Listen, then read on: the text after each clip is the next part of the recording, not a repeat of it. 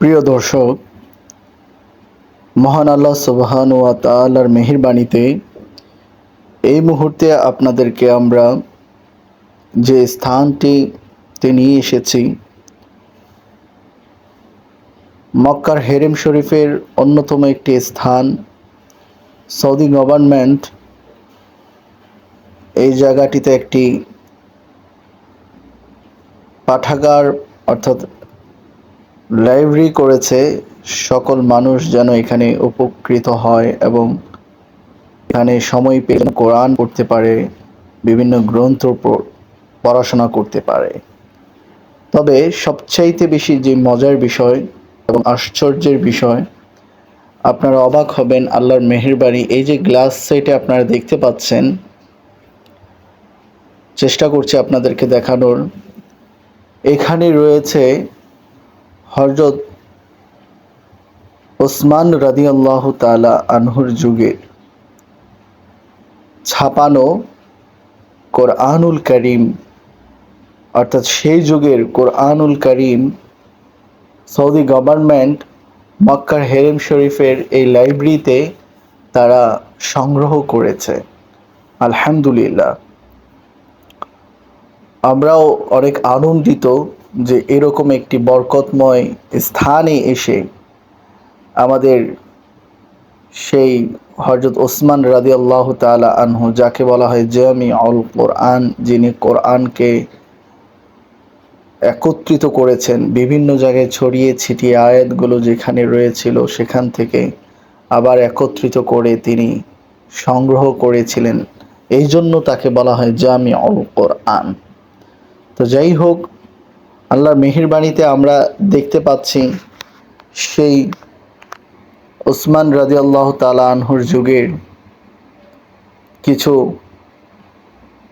আয়াতে কারিমা, অর্থাৎ কোরআনুল কারীমের কিছু আয়াতে কারিমা আমরা দেখতে পেয়েছি। আলহামদুলিল্লাহ, আপনাদেরকে দেখানোর চেষ্টা করছি হেরেম শরীফের অবস্থিত, অর্থাৎ সম্ভবত তৃতীয় তলায় এটি। আপনারা সিঁড়ি দিয়ে উঠলে, এই যে আমি দাঁড়িয়ে আছি, এই সিঁড়ি দিয়ে উঠলে আপনারা এই মক্কার হেরেম শরীফের লাইব্রেরিতে আপনারা অবস্থান করতে পারবেন এবং আসতে পারবেন। এটা 24 আওয়ার্স মানুষের জন্য উন্মুক্ত থাকে।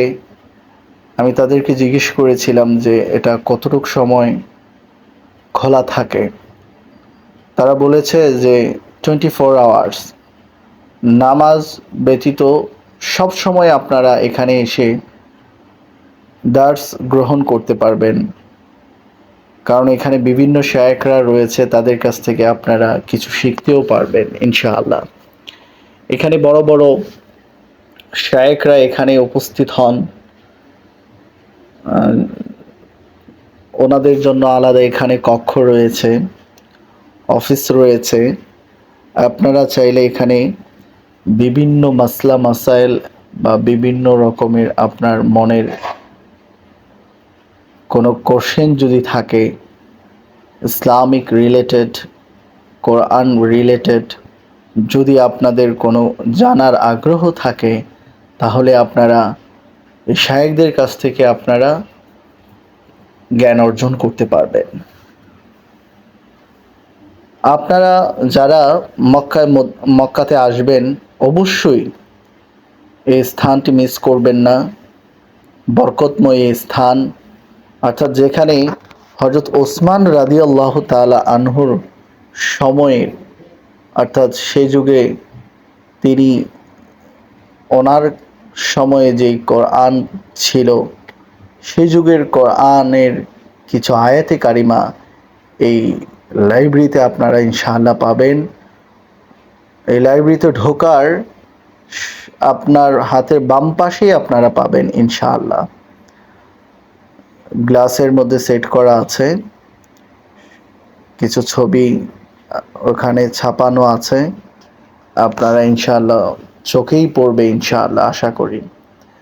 এবং আমার খুব ভালো লেগেছে যে আমি যখন এখানে অবস্থান করেছি, দেখতে পাচ্ছেন আমি অধম জামান বিন আতিক এই লাইব্রেরির মধ্যে প্রবেশ করেছি, এখানে খুব ভালো লেগেছে। আর আমার মনের ইচ্ছেও ছিল যে এখানকার শায়েখদের সাথে পরিচিত হওয়া, ইভেন এখানকার কিতাবগুলো যদি একটু ছুঁয়ে দেখতে পারতাম, নিজেকে অনেক সৌভাগ্য মনে হতো। আল্লাহর অশেষ মেহেরবানিতে আমি আল্লাহ রব্বুল আলামিন আমাকে সেই সুযোগ করে দিয়েছিলেন, আলহামদুলিল্লাহ। প্রিয় উপস্থিতি, প্রিয় ভিউয়ার্স, অর্থাৎ আপনারা এখানে আসলে আপনাদের ইনশাআল্লাহ আশা করছি একটু হলেও জ্ঞানের খোরাক এবং অন্তরের প্রশান্তি লাভ করতে পারবেন ইনশাআল্লাহ। এই যে দেখুন, অনেক মানুষ, অনেক হাজি এবং অনেক ভাইয়েরা এখানে এসে কোরআন অধ্যয়ন করছে। আমি গভীর রাতে এসেছিলাম, কিয়ামুল লাইলের সময়, অর্থাৎ রমাদানুল কারিমের সময় এসেছিলাম। রাতের কিয়ামুল লাইল শেষ করে আমি এখানে অবস্থান করেছিলাম। কিছু সময় অবস্থান করে বরকত নিয়েছিলাম, আলহামদুলিল্লাহ। সেই সৌভাগ্য হয়েছিল আমার। এজন্য আল্লাহ সুবহানাহু ওয়া তাআলার দরবারে আবারও আমি শুকরিয়া আদায় করছি, আলহামদুলিল্লাহ।